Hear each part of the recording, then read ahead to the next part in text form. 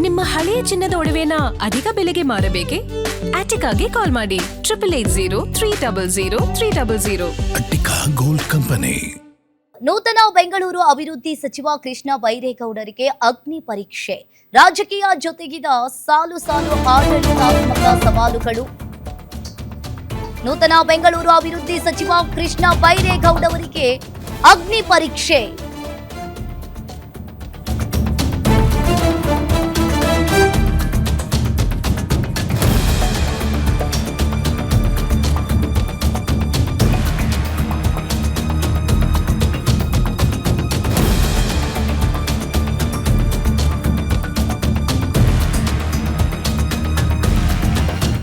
ನೂತನ ಬೆಂಗಳೂರು ಅಭಿವೃದ್ಧಿ ಸಚಿವ ಕೃಷ್ಣ ಬೈರೇಗೌಡರಿಗೆ ಅಗ್ನಿ ಪರೀಕ್ಷೆ. ಈಗ ರಾಜಕೀಯ ಜೊತೆಗಿದೆ ಸಾಲು ಸಾಲು ಆಡಳಿತಾತ್ಮಕ ಸವಾಲುಗಳು. ನಗರದ ದೀರ್ಘಕಾಲದ ಸಮಸ್ಯೆಗಳಿಗೆ ಕಂಡು ಹಿಡಿಯಬೇಕಿದೆ ಪರಿಹಾರ. ಇನ್ನು ಜಿಬಿಎ ಚುನಾವಣೆಯಲ್ಲಿ ಪಕ್ಷವನ್ನ ಅಧಿಕಾರಕ್ಕೆ ತರಲು ಇದೇ ಅವರಿಗೆ ಒಂದು ದೊಡ್ಡ ಜವಾಬ್ದಾರಿಯನ್ನ ಕೊಟ್ಟಿದೆ ಹೈಕಮಾಂಡ್. 5 ನಗರ ಪಾಲಿಕೆ ಪೈಕಿ ಕನಿಷ್ಠ 3 ನಗರ ಪಾಲಿಕೆಯಲ್ಲಾದರೂ ಕೂಡ ಗೆಲ್ಲಬೇಕಿದೆ.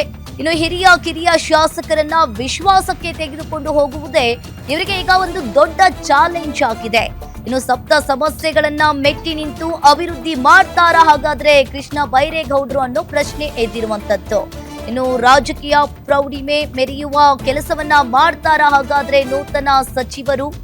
ಇನ್ನು ಕಸದ ಸಮಸ್ಯೆ, ರಸ್ತೆ ಗುಂಡಿ ಸಮಸ್ಯೆ, ಕುಡಿಯುವ ನೀರಿನ ಸಮಸ್ಯೆ, ಹಾಗೆ ಟ್ರಾಫಿಕ್ ಸಮಸ್ಯೆ, ಮಳೆ ಬಂದಾಗ ಆಗುವ ಅವಾಂತರ ಸೇರಿ ಸಾಲು ಸಾಲು ಸಮಸ್ಯೆಗಳ ಸವಾಲೀಗ ಎದುರಾಗಿದೆ.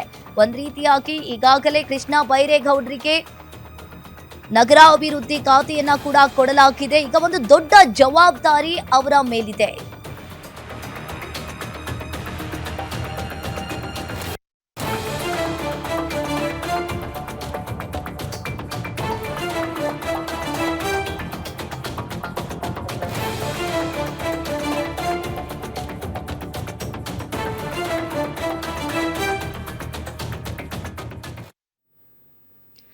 ಈ ಬಗ್ಗೆ ಹೆಚ್ಚಿನ ಡೀಟೇಲ್ಸ್ ಅನ್ನ ನೀಡ್ತಾರೆ ಮೆಟ್ರೋ ಬ್ಯೂರೋ ಹೆಡ್ ಉಲ್ಲಾಸ್.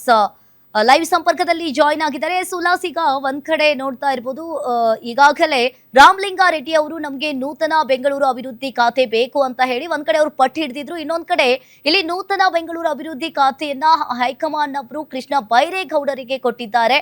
ಇಲ್ಲಿ ಒಂದ್ ರೀತಿಯಾಗಿ ಅವರಿಗೆ ಒಂದು ದೊಡ್ಡ ಚಾಲೆಂಜ್ ಇದೆ. ಈಗಾಗಲೇ ಜಿಬಿಎ ಇದು ಕೂಡ ಒಂದು ದೊಡ್ಡ ಚಾಲೆಂಜ್ ಅಂತಾನೆ ಹೇಳ್ಬೋದು. ಅವ್ರ ಮುಂದೆ ಏನೆಲ್ಲ ಚಾಲೆಂಜ್ಗಳಿದ್ದಾವೆ, ಏನಿದೆ ಇದ್ರ ಬಗ್ಗೆ ಹೆಚ್ಚಿನ ಡೀಟೇಲ್ಸ್ ಉಲ್ಲಾಸ್? ಅಂಕಿತಾ, ಕೃಷ್ಣ ಬೈರೇಗೌಡರು ಸಚಿವರಾಗಿರುವಂತದ್ದು ಇದು ಮೊದಲಲ್ಲ. ಈ ಹಿಂದೆನೂ ಕೂಡ ಕಾಂಗ್ರೆಸ್ ಸರ್ಕಾರ ಅಧಿಕಾರಕ್ಕೆ ಬಂದಂತ ಸಂದರ್ಭದಲ್ಲಿ ಸಚಿವರಾಗಿದ್ರು. ಆದ್ರೆ ಈ ಬಾರಿ ಅವರಿಗೆ ಹೈಕಮಾಂಡ್ ಕೊಟ್ಟಿರುವಂತ, ಅಂದ್ರೆ ಸಿಎಂ ಕೊಟ್ಟಿರುವಂತಹ ಖಾತೆ ಇದೆಯಲ್ಲ, ಅದು ಅತ್ಯಂತ ಮಹತ್ವವಾದಂತಹ ಒಂದು ಜವಾಬ್ದಾರಿ ಅಂತ ಹೇಳಿದ್ರು ಕೂಡ ತಪ್ಪಾಗೋದಿಲ್ಲ. ಯಾಕಂತಂದ್ರೆ ಬೆಂಗಳೂರು ಅಂತ ಬಂದಾಗ ಅದನ್ನ ಅಭಿವೃದ್ಧಿ ಮಾಡುವಂತದ್ದು, ಅಲ್ಲಿ ಆಡಳಿತ ಚುಕ್ಕಾಣಿಯನ್ನ ಹಿಡಿಯುವಂತದ್ದು ಯಾವುದೇ ಒಂದು ರಾಜಕೀಯ ಪಕ್ಷಕ್ಕೂ ಕೂಡ ಒಂದು ದೊಡ್ಡ ಸವಾಲಾಗಿರುತ್ತೆ. ಸೊ ಆ ಒಂದು ಸವಾಲುಗಳನ್ನ ಕೃಷ್ಣ ಬೈರೇಗೌಡರು ಯಾವ ರೀತಿಯಾಗಿ ಎದುರಿಸ್ತಾರೆ ಅನ್ನುವಂತ ಒಂದು ಪ್ರಶ್ನೆ ಇದೀಗ ಉದ್ಭವ ಆಗಿದೆ. ಸಾಕಷ್ಟು ವಿರೋಧನೂ ಇತ್ತು ಕೃಷ್ಣ ಬೈರೇಗೌಡರಿಗೆ ಬೆಂಗಳೂರು ಅಭಿವೃದ್ಧಿ ಖಾತೆಯನ್ನ ಕೊಡಬಾರ್ದು, ನನಗೆ ಕೊಡಿ ಅಂತೇಳಿ ಹಿರಿಯ ಶಾಸಕ ರಾಮಲಿಂಗಾರೆಡ್ಡಿ ಒತ್ತಾಯವನ್ನ ಮಾಡಿದ್ರು. ಆದ್ರೆ ಹೈಕಮಾಂಡ್ ಸೂಚನೆ ಮೇರೆಗೆ ಕೃಷ್ಣ ಬೈರೇಗೌಡ ಅವರಿಗೆ ಬೆಂಗಳೂರು ಉಸ್ತುವಾರಿಯನ್ನ ಕೊಡಲಾಗಿದೆ. ಆದ್ರೂ ಕೂಡ ಅವರು ಸಚಿವರಾದ ಅನುಭವ ಇದೆ, ಆದ್ರೆ ಬೆಂಗಳೂರು ಅಭಿವೃದ್ಧಿಯನ್ನ ಆ ಒಂದು ಜವಾಬ್ದಾರಿಯನ್ನ ವಹಿಸಿಕೊಂಡು ಇದೇ ಮೊದಲ ಬಾರಿಗೆ ಅವರು ಕರ್ತವ್ಯವನ್ನು ನಿರ್ವಹಣೆ ಮಾಡ್ತಿದ್ದಾರೆ. ಸೊ ಹೀಗಾಗಿ ಅವರ ಮುಂದೆ ಒಂದು 8 ರಿಂದ 10 ದೊಡ್ಡದಾದಂತಹ ಒಂದು ಸವಾಲುಗಳಿದಾವೆ. ಅದರಲ್ಲಿ 5 ನಗರ ಪಾಲಿಕೆ ಇರುವಂತದ್ದು. 5 ನಗರ ಪಾಲಿಕೆಯಲ್ಲಿ ಕನಿಷ್ಠ 3 ನಗರ ಪಾಲಿಕೆಯನ್ನಾದ್ರೂ ಗೆಲ್ಬೇಕಾದಂತ ಒಂದು ಜವಾಬ್ದಾರಿ ಕೃಷ್ಣ ಬೈರೇಗೌಡರ ಮೇಲಿದೆ. ಜೊತೆಗೆ ಪ್ರತಿ ಬಾರಿ ಮಳೆ ಬಂದಾಗ ಸಾಕಷ್ಟು ಸಮಸ್ಯೆಗಳಾಗತ್ತೆ, ಫ್ಲಡ್ ಆಗುತ್ತೆ, ಬಹುತೇಕ ರಸ್ತೆಗಳಲ್ಲಿ ನೀರು ನುಗ್ಗುತ್ತೆ, ಮಳೆ ನೀರು ಸರಾಗವಾಗಿ ಹರಿಲಿಕ್ಕೆ ಸಾಧ್ಯ ಆಗೋದಿಲ್ಲ, ರಾಜಕಾಲುವೆಗಳು ಉಕ್ಕಿ ಹರಿತಾ ಇರ್ತವೆ. ಸೊ ಈ ಒಂದು ಸಮಸ್ಯೆಯನ್ನು ಕೂಡ ಬಗೆಹರಿಸುವಂತಹ ಜವಾಬ್ದಾರಿ ಕೃಷ್ಣ ಬೈರೇಗೌಡರ ಮೇಲಿದೆ.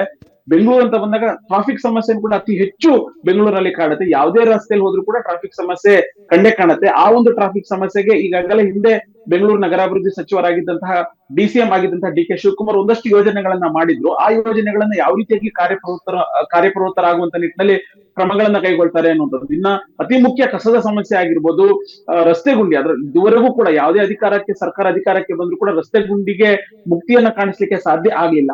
ಸೊ ಆ ಒಂದು ಸವಾಲನ್ನ ಕೃಷ್ಣ ಬೈರೇಗೌಡರು ಯಾವ ರೀತಿಯಾಗಿ ನಿಭಾಯಿಸ್ತಾರೆ, ಎದುರಿಸ್ತಾರೆ ಅನ್ನುವಂತಹ ಒಂದು ಮಾತಿದೆ. ಮತ್ತೊಂದು Okay. ಮಾತು ಅಂತಂದ್ರೆ, ಈ ಬೆಂಗಳೂರು ಅಂತ ಬಂದಾಗ ಹಿರಿಯ ಸಚಿವರು, ಶಾಸಕರು ಎಲ್ಲರೂ ಕೂಡ ಇದ್ದಾರೆ. ಅವ್ರೆಲ್ಲರನ್ನ ಜೊತೆಗೂಡಿಸ್ಕೊಂಡು ಬೆಂಗಳೂರಿನ ಅಭಿವೃದ್ಧಿ ಮಾಡುವಂತದ್ದು ಯಾವ ರೀತಿಯಾಗಿ ಮಾಡ್ತಾರೆ ಅನ್ನುವಂಥದ್ದನ್ನ ಕಾದ್ ನೋಡ್ಬೇಕು ಅಂಕಿತಾ. ಥ್ಯಾಂಕ್ ಯು ಉಲ್ಲಾಸ್ ನಿಮ್ಮೆಲ್ಲ ಮಾಹಿತಿಗೆ.